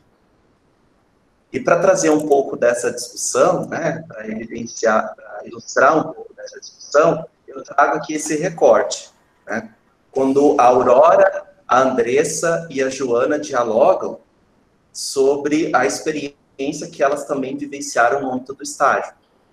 A Aurora diz o seguinte: eu acho que uma coisa que elas disseram é que, como elas já fizeram uma vez na escola, hoje elas sabiam o que não falar para a gente, o que não induzir a fazer. Aqui elas estão se referindo a uma experiência que foi desenvolvida dentro do estágio, tá? Então, assim, as professoras, as estagiárias, no papel de professoras, desenvolvendo práticas com os colegas, né? Prática de modelagem com os colegas. E aí elas estão refletindo sobre o desenvolvimento, né? Sobre aquela prática que foi desenvolvida. E aí a Aurora continua. Então, eu acho que quanto mais a gente faz essas atividades, elas vão ficando mais fáceis de serem realizadas. Aí a Andressa fala o seguinte: mas é sempre uma novidade, porque a gente nunca vai saber o que o aluno vai pensar. Isso converge para a fala que os colegas já foram ponderando aí, né? E a Joana complementa: mas mesmo fazendo lá, às vezes, tem alguns questionamentos que ninguém comentou. E dessa vez aparece. E você faz o quê? Então, veja, aqui destaca para a gente essa questão do sair dessa zona de conforto e muitas vezes arriscar nesse caráter de imprevisibilidade que muitas vezes essa prática, ou as práticas que podem ser desenvolvidas, acabam surgindo, né? Esse aspecto da imprevisibilidade no seio dessas experiências. Então, todos de nós nos identificamos com essa fala de nunca na vida, né, pensou que teria que fazer algo do tipo, sair dessa zona de conforto, se arriscar, pensando aí nesse contexto da modelagem matemática, né? E aí, a gente faz alguns destaques aqui, nós fizemos alguns destaques dessas falas dessas alunas, né? É sempre uma novidade, porque a gente nunca vai saber o que o aluno vai pensar. O caráter de imprevisibilidade aí dessa experiência, né? Às vezes, tem alguns questionamentos que ninguém comentou, e dessa vez aparece. E você faz o quê? Não é como quando se tem 25 crianças totalmente diferentes dentro da sala e aplicamos uma rotina para ver como que cada um estava respondendo, fazendo referência aí ao argumento da professora, né? Então, esses recortes nos conduzem para a seguinte pergunta: em que medida o conhecimento e a familiaridade com a prática da modelagem matemática nas aulas lhes conferem autonomia e segurança para lidar com esse novo e inesperado? Pensando nesse contexto da pandemia, né? Em que medida, como que esse novo normal do qual a gente tem vivenciado aí há várias semanas, há vários meses, né? Esse modelo do qual a gente tem enfrentado, como que esse conhecimento e a familiaridade com a prática de modelagem dá esse suporte, te traz subsídio, lhe confere essa autonomia, essa segurança para lidar com esse novo. Vocês já pararam para pensar sobre isso? E aí a gente retoma a vocês. Isso, abrimos a palavra.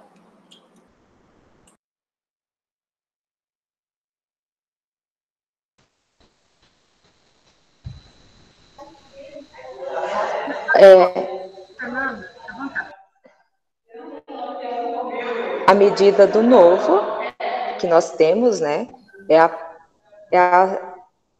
essa readaptação. A gente não sabe ainda os efeitos, como foi falado logo no início, do que vai acontecer. A gente fez o que era possível, né?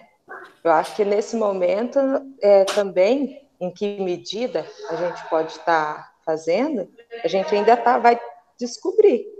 A gente está se descobrindo, pelo menos eu estou fazendo isso com as minhas aulas, né? Não só de modelagem, mas acredito eu de aula, em sala de aula.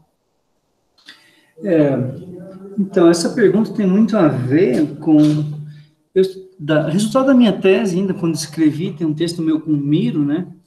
Quando discutia, por exemplo, o significado de estratégia ou alternativa para modelagem. E lá tem uma afirmação fenomenológica, uma só que é importante, o texto é longo, mas tem uma afirmação importante, que é: enquanto a modelagem matemática não for uma prática dominante ou vigente, né, ela sempre vai ser alternativa. Então, pode parecer uma coisa simples, mas ela é de uma profundidade, pelo menos do que eu entendo da pesquisa fenomenológica que eu fiz, porque ela tem relação direta com essa pergunta, né?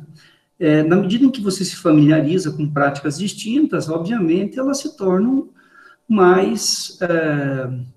não quer dizer que você vai eliminar todos os problemas, os ruídos, mas a familiaridade traz segurança, né? A familiaridade traz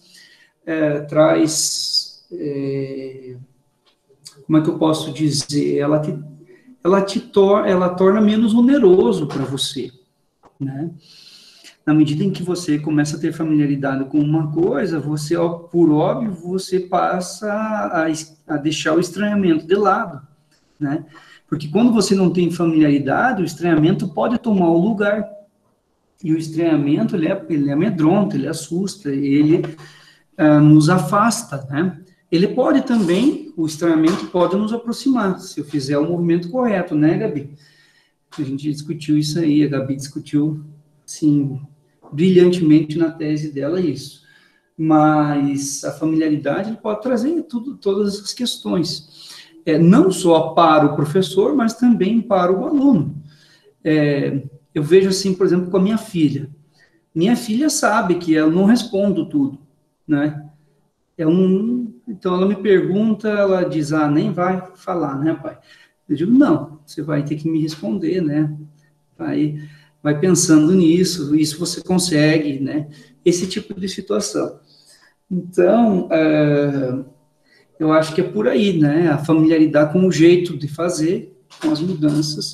Então, agora, o conhecimento, por definição, é uma pergunta danada, né, gente? Porque assim, o que é o conhecimento, né? Familiaridade acho que está mais fácil, mas conhecimento é uma coisa, né? É difícil de dizer o que é. Mas tomando, assim, uma coisa mais consensual, né? Que é ter tido digamos, A conhece B, beleza? Teve um contato, etc.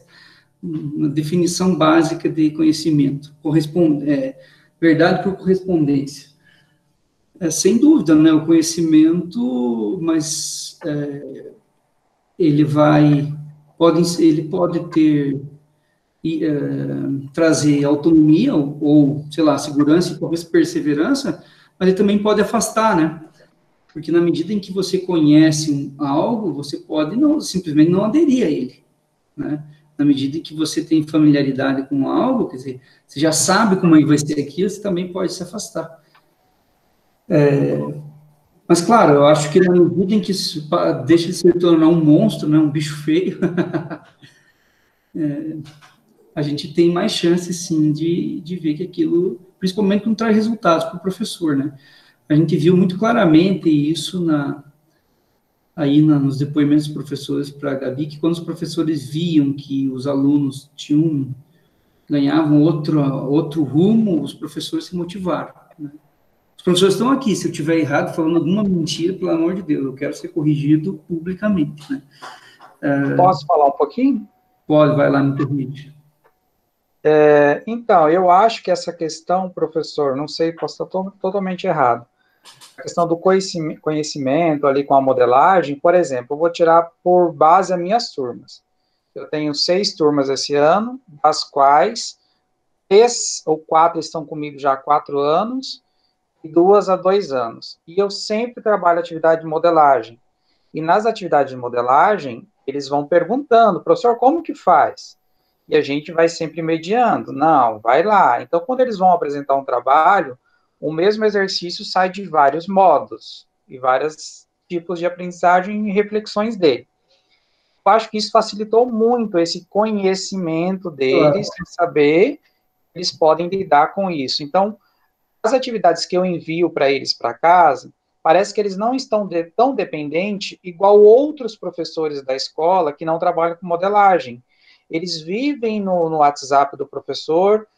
Eu acho que também, não sei como estão os alunos da GI, que a GI também sempre trabalha com modelagem, né, mas parece que eles têm mais autonomia de buscar, de pesquisar, de correr atrás, e alguns alunos parece que os professores que não trabalharam com modelagem, eles estão engessados, eles não conseguem, eles entregam a atividade em branco, a impressa, porque eles alegam que não sabem fazer. Então, se eles não sabem fazer e não tem o professor ali a ajudá-los, então não é para fazer, porque eles dependem dessa muleta, que é o professor, né? Enquanto esses alunos que conhecem um pouco da modelagem, que já têm esse vínculo, eles parecem que eu posso estar totalmente enganado, mas parece-me que eles estão mais seguros para fazer, né?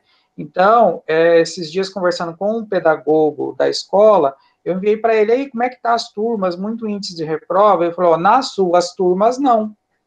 Não estou querendo me colocar aqui melhor que nenhum professor, mas ele falou, não, nas suas turmas, não, os alunos estão correndo atrás, estão indo atrás, estão fazendo, estão entregando, né? Mas, em outros casos de professores da escola, até da mesma série, eu não tenho oitavo B, C e D, tem outros oitavos. Esse índice não está igual, porque esses alunos não eram meus alunos e não trabalhavam com modelagem, não viram, né, isso. Então, eu acho que eles estão tendo mais dificuldade, não que eles não estejam fazendo, mas eles estão começando a aprender, fazer pesquisa sozinhos e chegar em resultados, agora, goela abaixo. Eu vou aproveitar também só para pegar o gancho da fala do Silvio, porque eu acho que o Silvio respondeu uma indagação que eu fiquei me perguntando aqui durante a fala da professora Lilian e do professor Wellington, que era justamente em relação a essa independência desses alunos que de forma recorrente fazem modelagem, junto com seus professores, né? Então, eu acho que o Silvio acaba clareando essa situação, que era justamente os professores que têm trabalhado com modelagem de forma recorrente, têm conseguido notar mudanças nas posturas desses alunos, de dependência para independência, né? Se os professores notaram maior autonomia, ou seja, também, daí eu também não sei se a professora Lilian e o professor Wellington também têm verificado isso, se já tem alguma pesquisa, prof, nessa área que também tenha discutido em relação a essa questão da independência, pelo menos nesse panorama da pandemia que a gente está vivenciando, né? E também lançar a pergunta para os outros professores do grupo, tanto de Foz quanto do pessoal aqui de Beltrão e Guarapuava, né? Se eles também têm notado essa autonomia que o Silvio pontua, que eu acho que é bem interessante, né, pelo fato de estarem trabalhando com modelagem de forma recorrente aí dentro dos grupos, né. Obrigada, Daniel, porque essa é exatamente a nossa pergunta, a nossa questão para reflexão, sabe?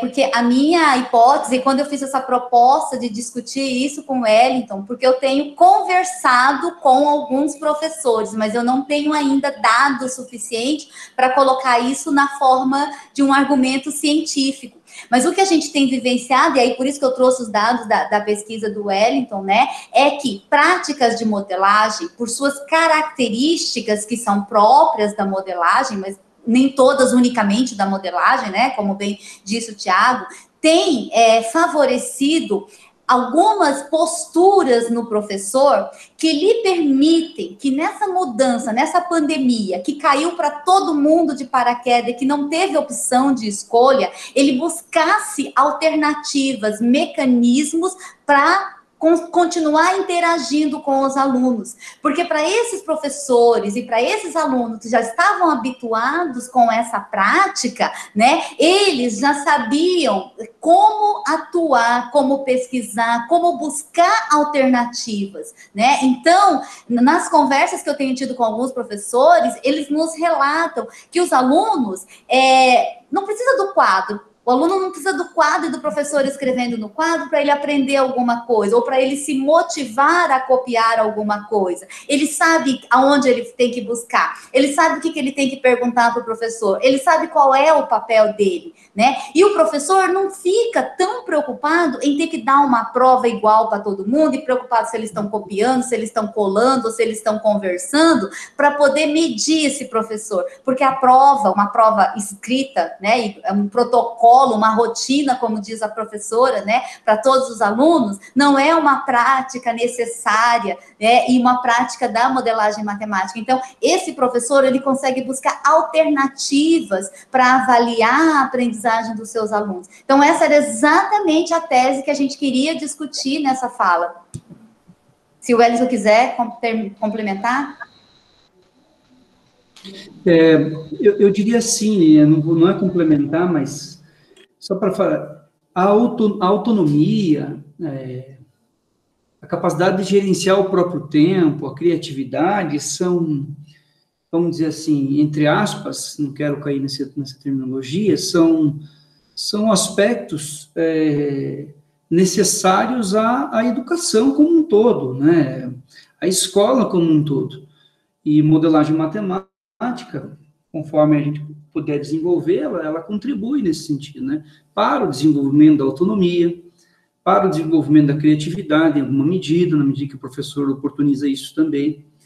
Então, eu acho que nesse momento que a gente vive também, né, é importante que a gente consiga limpar esse argumento nesse sentido, né?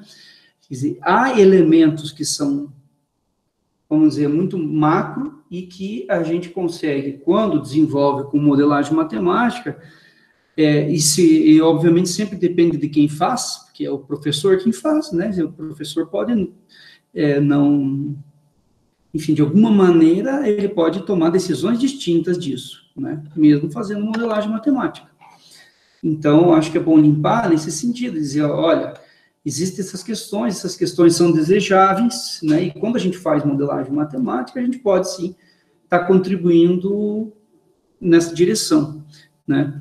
Claro, o nosso campo de pesquisa é o campo de modelagem e tal, então a gente pode dizer que a gente acredita nessas questões, em alguma medida, né? Mas que isso, obviamente, porque, veja bem, o desenvolvimento da autonomia eu chamaria quase que de uma habilidade superior, né? Porque o sujeito tem que desenvolver autonomia para tudo, né? Então, assim, a autonomia é sempre relativa, mas o que é ser autônomo, né? É ser capaz de gerenciar o próprio tempo, é ser capaz de tomar as decisões, de não ficar fazendo qualquer tipo de pergunta básica, às vezes a perguntar por perguntar, né? Não sei. Então, acho que nesse sentido, sim, a gente tem que entender um pouco essa dinâmica. Eu estou falando isso porque, muitas vezes, Lili, quando leio os textos da comunidade como um todo de modelagem, né, eu já escrevi textos assim também, às vezes passa a ideia de que o aluno vai desenvolver isso com modelagem. Eu acho que sim, pode ser uma oportunidade. Se não teve nenhuma outra na vida, né, tipo na escola, e a gente chegar lá e conseguir desenvolver um trabalho, como os relatos do Wellington, a pessoa vai se acostumando, ela vai se abrindo, ela vai vendo, né? Mas o que a gente vê, por exemplo, no nível da graduação? Que os alunos são refratários. Por que eles são refratários? Porque a cultura escolar da não autonomia não é o professor, é a cultura escolar no qual o professor e aluno, direção, todo mundo, nós participamos, ela é refratária à autonomia, né? E aí o que acontece? Você até trabalha com, mas isso não é quase que tipo assim um convite mesmo, e aí você está à mercê de uma decisão muito pesada, né? Então, por isso que a gente também decidiu trabalhar com modelagem em grupo, Lilian. Por quê? Sim, daí a importância desse grupo de formação, Thiago, que é isso que a gente quer trazer aqui. Né? Porque senão fica refratário, né? Exato, perfeito. Se sozinho lá, como é que ele faz? Né? Eu acho que isso decorre de todo o processo de formação, né? Se a gente olhar para esse processo de se sentir confortável, de ser autônomo, de se sentir seguro, todos esses elementos, esses aspectos, isso você vai conquistando, e como já foi dito, né, você precisa acreditar nisso, você precisa mudar de paradigma, efetivamente falando, né? E foi justamente isso que a gente discutiu também na tese, né? Que parece que você utilizar a modelagem matemática, você precisa passar por um processo de enculturação pela modelagem matemática, né? Para desenvolver isso. Então, isso vai bem ao encontro do que a gente também tem discutido e refletido em termos de formação. Podemos continuar? Mais alguém? Acho que podemos, Wellington. Tá? Então, aqui, só para a gente retomar essa reflexão que foi feita aqui, né, sobre essa questão de conferir autonomia e segurança, essa última fala aqui da Andressa, né, ela faz o seguinte comentário, né? Bom, a gente vinha falando sobre essa questão do processo de mediação, do processo de desenvolver uma atividade, né, de se sentir seguro, desse caráter de muitas vezes surgir algo que é imprevisível, né, que embora você tenha ali no seu planejamento da atividade, mas pode surgir elementos que não são previsíveis. E aí a Andressa, ela continua essa discussão dizendo o seguinte: igual na primeira atividade de vocês, né, que o grupo pensou na horta vertical. Aqui elas estavam falando sobre uma experiência que elas desenvolveram na construção de uma horta. Nem passou pela minha cabeça fazer a horta vertical. Eu montando a atividade, aquilo nunca passou pela minha cabeça. E aquilo ali surge na hora, entendeu? Eu acho que você nunca vai estar preparado, de fato. É sempre uma surpresa na modelagem. Você pode estar mais preparado em como mediar aquilo. Mas as situações que surgem, isso aí é sempre...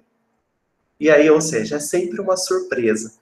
né? Sempre você também dependendo dos alunos, né? Dependendo desse modo como eles vão encarar essa atividade, das estratégias com as quais eles vão mobilizar para desenvolver a atividade. Então, tudo isso está relacionado a esse processo de enculturação, né? Bom, e aí, convergindo tudo isso, e já adiantando essas reflexões que foram feitas, né, sobre a importância desse grupo, sobre a importância de nós discutirmos sobre formação de professores, aqui a gente traz um argumento da Adriana, que é uma outra estagiária, onde ela mostra para nós a importância dessas experiências com a formação de professores.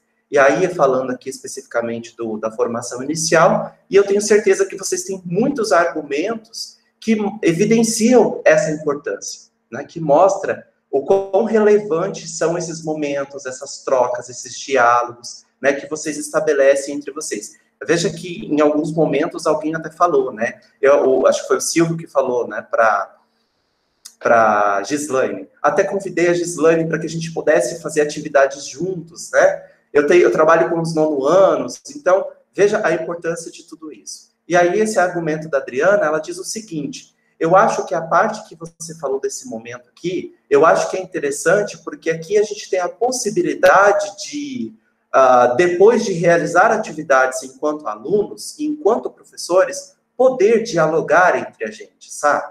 Tipo, isso aqui é legal, isso aqui não é legal. Por exemplo, no grupo das meninas aqui, a gente nunca pode pensar na modelagem matemática como algo acabado. A atividade pode ser do tipo mais fechado, que ela vai continuar sendo aberta. Os alunos podem considerar o que quiserem. E esse momento aqui é bom porque a gente vê diferentes opiniões. Então, veja, né? Aqui a gente tem esse argumento mostrando a importância desse diálogo que a gente está tentando travar, né? E que a gente está desenvolvendo aqui, e do diálogo também nesses espaços de formação. Não só do diálogo, mas a constituição desses espaços de formação. E aí, caminhando para o nosso final, então, a gente pode retomar a nossa interrogação, para além dos argumentos, dos comentários que vocês fizeram, né, e que a gente já antecipa aqui o nosso agradecimento da participação de todos vocês, olhando, então, para que implicações da formação de professores surgem quando a modelagem é incorporada de diferentes modos à formação inicial e ou continuada de professores de matemática. E aí a gente traz as seguintes reflexões, né? De que, quando as práticas elas ocorrem de modo assistidas, orientadas e, acima de tudo, refletidas, como bem a Gabriele ponderou no início, né, da fala dela, quando ela fala sobre essa questão da construção, da constituição do grupo, né, quando você se olha, quando você vê o que você está fazendo, você tem essa oportunidade de parar para refletir, isso pode encorajar os futuros, ou aqueles que já são professores, a buscarem esses conhecimentos que lhes deem, de certa forma, subsídios para desenvolverem práticas pedagógicas, utilizando a modelagem como orientação explícita, ou pelo menos empreender algumas ações indo aos poucos, né, colocando aí elementos da modelagem nessa experiência, nessa prática, e ressignificando essa prática. E a gente sabe, né, e a gente tem consciência, a gente discute isso também no âmbito do grupo, de que esses espaços de formação, tudo isso que a gente vem discutindo, não garante de que as práticas com modelagem matemática, elas serão desenvolvidas, né? Então, a gente está ciente de que a garantia de que futuras práticas envolvendo modelagem não se esgotam com a formação, sobretudo com os modelos de formação que nós temos desenvolvido, né?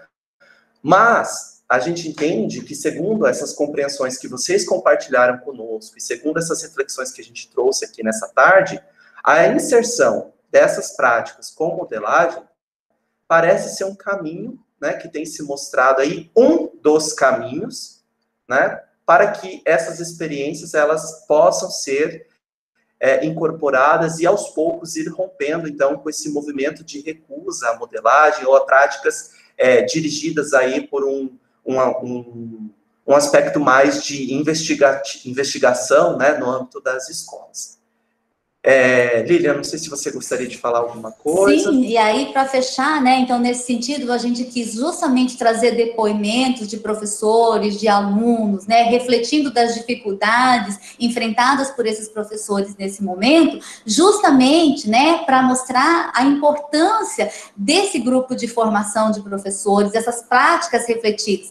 Particularmente é sobre modelagem matemática que estamos falando? Sim, é sobre modelagem, mas quantas dessas características, dessas práticas, dessas discussões, dessas experiências compartilhadas, né, favorecem com que o professor, com que o aluno, numa circunstância inesperada, como é essa que estamos vivendo, né, consigam buscar caminhos, consigam buscar soluções, né? Daí a importância dessa formação de professores e a importância da gente trazer, né, particularmente, a modelagem como um aspecto da formação, um dos aspectos da formação que contribui, né, para esse diferencial na forma, no ensino nas escolas, principalmente quando situações inusitadas, por exemplo, eu trouxe aqui a pandemia, acontece e a gente, de um dia para o outro, de uma hora para outra, teve que aprender a se virar. Mas era mais ou menos essa a ideia que a gente queria discutir com vocês, gente. Se articulando a pergunta que o Daniel fez, né?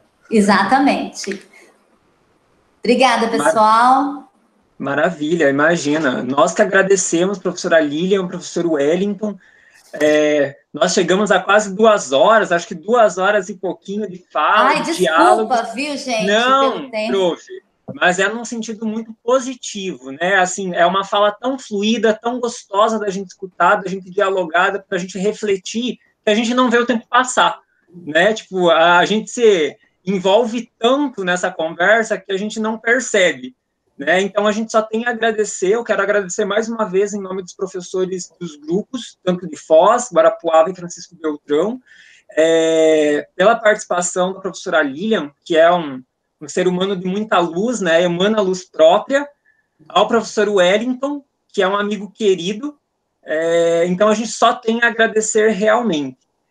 Eu vou passar também a palavra para o professor Tiago, para o professor Silvio, que também está à frente da formação desses grupos, e para a professora Eliane e para a professora Gabriele. Tá, okay? Antes então, de você obrigado, passar, Daniel, gostaria só de falar que, assim, eu me sinto em casa dentro desse grupo, eu me sinto aqui num diálogo, numa roda de conversa com colegas, tá? Então, a luz aqui é de vocês, com certeza. Muito obrigada mesmo, né, Wellington? Nós agradecemos que a gente se sente em casa, nós nos sentimos iluminados por vocês. Por isso foi tão fácil falar. Isso. Olha, eu posso dizer que não foi muito fácil assim. Mas eu agradeço também já pelo convite estendido pela professora Lilian, né? Eu sempre cito o grupo, né, onde a gente tem a oportunidade de conversar, de dialogar, e eu fico muito feliz, assim, pela proporção que o grupo, né, pelo alcance que essa formação ela tem tido, né, ela tem alcançado, porque eu tive a oportunidade de estar lá quando vocês começaram a planejar tudo isso, né, a gerir essa formação, e a gente já logo percebia que ia ser um sucesso, né? Então, eu fico muito feliz e mais feliz ainda por estar aqui nesse momento, compartilhando, dialogando com vocês, depois de aproximadamente aí 5 anos, né, já fez 5 anos, né, da formação. Então, eu fico muito feliz mesmo, de verdade. Parabéns. E obrigado, Lilian, por todo o processo aí de orientação e de me convidar para falar aqui ao lado, né, de você, que sempre nos inspira muito. Muito obrigado. E os professores também por permanecerem conosco até esse momento. Dani, eu e a Cris, podemos falar, nós estamos no núcleo, daqui a pouco eles Claro. para fora. Nós gostaríamos de agradecer muito a professora Lilian, a professora Wellington, né, por terem aceito de modo tão carinhoso o nosso convite. Os professores indicaram, né, o nome de vocês, pelo carinho que eles têm mesmo pelo trabalho que vocês realizam. Então, podem ter certeza que o carinho é recíproco, né, nosso, do grupo de pesquisa, aquele professor Tiago também vai mencionar isso, mas também, especialmente, do grupo de professores da formação, Completamos agora, dia 6, 5 anos de muito amor pela formação, a gente costuma falar isso, né? Então, em nome do Grupo de Formação e Modelagem de Foz do Iguaçu, nós agradecemos de coração o tempo que vocês nos dedicaram, né, de modo tão carinhoso, o cuidado em pensar em uma dinâmica diferente, né, para esse encontro, que a gente fica sempre tentando pensar em como fazer. Então, nós ficamos muito felizes, agradecemos demais, né, e esperamos que tenhamos outras oportunidades como essa, tá bom? Muito obrigada. Obrigado, pessoal. Obrigado a todos, de todos os grupos, os convidados, o pessoal que aceitou participar, ao Wellington, a Lilian, o professor, todo mundo. E a gente deixa aqui o convite para quem puder participar, dia 24, com a Andréia, com a Deinha, né? A gente vai ter o nosso último encontro. Já fica até meio triste, porque tão bom esses encontros, a gente está aprendendo tanta coisa, né? Podendo discutir tanta coisa aqui. Então, quem puder participar, convidar os demais também, né? A gente vai ter aí, daqui 15 dias, o nosso último encontro. Beleza? Obrigado, gente. Obrigado a todos. Lilian, obrigado. Né? Sem muitas delongas, você sabe que você é de casa mesmo, né? Já estivemos muitas vezes juntos aí. No começo, eu acho que você tinha um pouco de desconfiança de mim, aquele cara muito encrenqueiro, né? E depois você viu assim, não, é só o jeitão, não é tão encrenqueiro assim, né? E o Wellington, eu chamo ele de Wellington mesmo, né? O Wellington, né? É assim que a gente chama ele. Doutor Wellington, né? Um profissional excelente, sempre foi uma pessoa muito... assim, que se destacava, né, pela integridade, uma pessoa muito correta, muito capaz, né, ajudou muito aqui quando esteve presente no grupo, foi um momento muito feliz aí da minha carreira, né, quando ele esteve aqui junto com a Carla e com o Daniel, assim, a gente dividia a sala o tempo todo, né, durante a pesquisa, foi bem bacana, e hoje ele está aí, né, dando os próprios voos. Parabéns aí para vocês dois, pela orientação, pelo trabalho. Eu acho que essa ideia de voltar a explorar falas aí dos depoimentos vai convergindo para essas questões que são importantes, foi muito agradável, viu? Eu peço desculpas aí, de vez em quando eu entrei aí, eu começo a viajar, né? Mas também peço aí que vocês relevem o jeitão aí, né? Foi muito, muito, muito bom. E dentro em breve a gente se encontra. Era justamente a gente dialogar mesmo. Wellington e Lilian, também quero agradecer em nome do grupo de Francisco Beltrão e de Guarapuava. Muito bom ouvir vocês. E eu sempre digo, né, que esse pessoal que está vindo aqui conversar conosco são muito acessíveis, né? Cada dia a gente fica mais feliz de estar trocando experiências, de poder ir agora, né, com a fala de vocês, de poder dialogar essas experiências, né, tão importantes nesse período. E também, principalmente, parabenizar, né, o grupo de Foz do Iguaçu, o grupo de Francisco Beltrão, pelos 5 anos, acho que isso é muito importante. Eu falei no grupo que não só quem começou, mas quem permaneceu, quem está lá hoje também, né, porque isso oportunizou essa discussão de hoje. Cada um que faz parte do grupo, né, tem uma importância igual, né, a todos. Quem pensou, quem está à frente, quem está participando, porque senão, se não tivéssemos os participantes, não teríamos grupo, né? Então, eles são muito, muito importantes lá no seu fazer, né, na sua participação, nas atividades com os alunos, nas suas pesquisas, nos relatos que eles estão produzindo.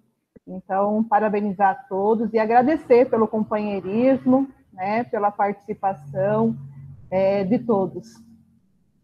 Obrigado, Wellington. Obrigado, Lilian. Isso aí, pessoal. Muito bem, então. Muito obrigado novamente e até a próxima, turma. Então, nos encontramos no nosso próximo encontro, né? Nos encontramos, então. Obrigada, pessoal. Até mais. Boa semana a todos. Tchau. Valeu. Tchau, obrigada. Tchau. Churrasco, hein, ô, Thiago, no último encontro? Depois do último. Já inventaram um churrasco?